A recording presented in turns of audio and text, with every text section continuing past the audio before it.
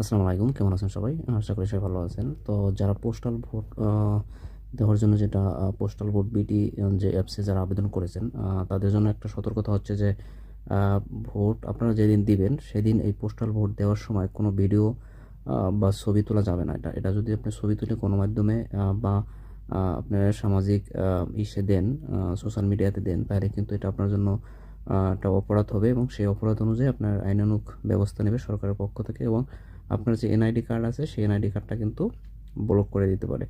তো এই হচ্ছে বিষয়। তো আপনারা যারা পোস্টাল ভোট দিবেন অ্যাপসের মাধ্যমে, তারা কোনো অবস্থাতেই কোনো ভোট দেওয়ার সময় কোনো ছবি বা ভিডিও আপনারা তৈরি করবেন না। এটা করার কারণে কিন্তু আপনি বিপদে পড়তে পারেন। তো মূলত এই সতর্ক বার্তাটা আপনাদেরকে দেওয়ার জন্য ভিডিওতে আসলাম।